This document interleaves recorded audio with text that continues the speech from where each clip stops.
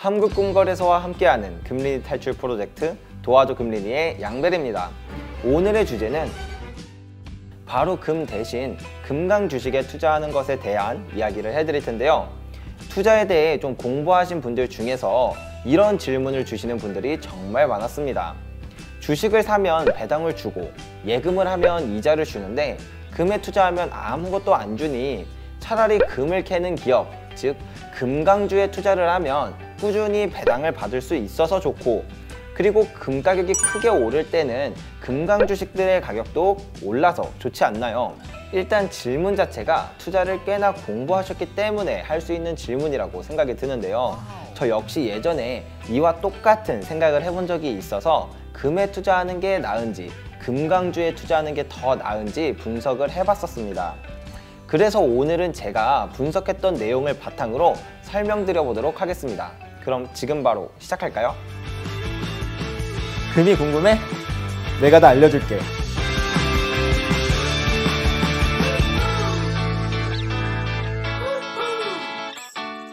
가장 대표적인 금강주는 총 2개가 있는데요. 먼저 세계 1위 금강기업으로 뉴몬트 골드코프 코퍼레이션이라는 기업이 있습니다. 뉴몬트는 2019년 골드코프라는 기업을 인수하면서 금강기업들 중 가장 큰 기업이 되었는데요. 그로 인해 미국에서 가장 우량한 기업 500개를 뽑은 지수 S&P 500 지수에 편입되어 있는 유일한 금강기업으로 아주 크고 우량한 기업입니다. 현재 배당률은 3.9%로 배당도 꽤나 짭짤하게 주고 있네요. 다음은 베리골드라는 기업인데요. 뉴몬트가 골드코프를 인수하기 전까지 세계에서 가장 큰 금강기업이었습니다.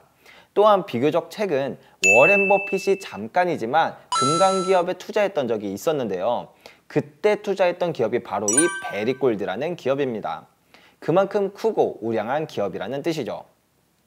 현재 배당률은 4.03%로 뉴몬트보다도 조금 더 높네요. 마지막으로는 모든 금강주를 모아둔 ETF인 GDX ETF입니다. 모든 금강기업을 모아두었기 때문에 규모가 작은 금강기업부터 위태위태한 기업들까지도 전부 다 담겨져 있는데요. 현재 배당률은 1.72%입니다. 자, 그러면 이제 앞서 소개해드린 금강주들과 금 가격을 직접 비교해보면서 투자 성과가 어땠는지를 보여드리겠습니다. 파란색은 뉴몬트, 주황색은 베리골드, 회색은 ETF, 노란색은 그냥 금인데요. 보시면 아시다시피 2006년부터 현재까지 금 가격이 무려 200% 가까이 상승하는 동안 나머지는 전부 처참한 상승률이었다는 것을 알 수 있습니다. 그나마 뉴몬트는 간신히 수익이기라도 하지 베리골드와 금강주 ETF는 오히려 손실을 보고 있습니다. 또한 금이 폭등하던 시기인 2006년부터 2011년까지 금 가격은 200%나 상승하였지만 뉴몬트는 약 10%에서 20% 정도의 상승을 보였고, 금강주 ETF와 베리골드는 50에서 60% 정도의 상승밖에 못했다는 것을 알 수 있습니다. 그리고 이제 2008년 글로벌 금융위기 당시를 보면 금 가격은 마이너스 20% 정도까지만 하락했지만 뉴몬트와 베리골드는 거의 반토막이 났고 ETF는 마이너스 60%나 하락하면서 떨어질 때는 더 큰 손실을 보게 된다는 것을 알 수 있었습니다. 이로써 금 대신 금강주에 투자하게 되면 오히려 수익은 더 낮으면서 손실을 볼 땐 더 큰 손실을 보게 된다는 것을 알게 되었는데요. 그러면 도대체 왜 금강주에 투자를 하면 금보다 더 안 좋은 결과를 얻게 되었던 것일까요?